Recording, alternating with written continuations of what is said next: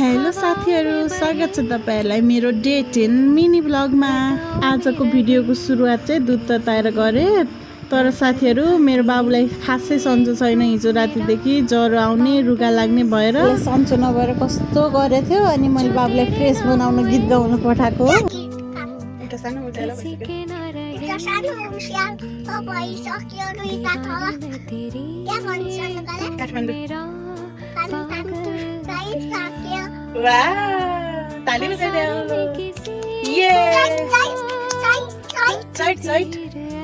बाबु बिरामी हुँदाखेरि मलाई कस्तो टेन्सन हुन्छ क्या साथीहरू।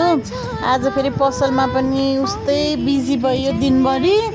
अनि त्यसपछि बेलुकाको खाना बनाउन आएँ म चाहिँ तल। बत्ती जान्छ भनेर पहिल्यै मरमसला रेडी बनाउँछु कि मैले।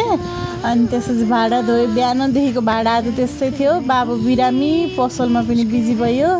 अनि मैले साँझको खानामा चाहिँ चिकन ग्रेभी र रोस्ट अनि सादा खाना बनाउन लाग्यो। भात पाकिसक्यो, अघि बसालिसकेको थिएँ। अनि त्यसपछि चिकन रोस्टको लागि कर्नफ्लोर, मिट मसला, धुलो मसला अनि त्यसपछि हाल्नुपर्ने सबै हाल्छु, नुन, चुक। अनि त्यसपछि मैले चाहिँ चुक पनि मिसाउँछु ल साथीहरू, अलि अचम्म लाग्दो त्यही गर्छु। अनि त्यसपछि यतापट्टि फेरि पहिला मासु भुट्छु। मासु भुटेपछि चाहिँ त्यसपछि बल्ल प्याज हालेर प्याज भुट्ने। मासु चाहिँ पहिला राम्रोसँग रातो हुने गरी भुट्छु। अनि त्यसपछि प्याज भुट्छु अनि मरमसला पकाउँछु।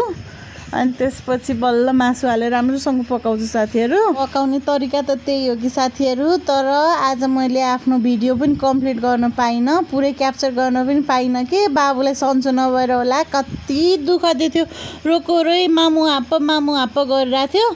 अनि त्यसपछि हाप्प लिने पकाउने गर्दा गर्दै मैले पुरै भिडियो क्याप्चर गर्न पनि पाइनँ। मैले मरमसलामा चाहिँ जिरा, धनियाँ हाल्ने अनि ल्वाङ, सुकमेल अनि त्यसपछि यो तेजपत्ता अनि यिनी मासु मसला भनेरै पाइन्छ कि नेपालगञ्ज एकलानीमा। मैले त्यहीदेखि ल्याउने हो। चाहिँ गरी पकाइवरी बल्ल बल्ल बाबुलाई औषधि खुवाएर अलि बिसेक भएको छ अहिले चाहिँ। यति गर्दै मेरो भिडियो पनि सक्यो। आजलाई चाहिँ यति साथीहरू, बाई बाई।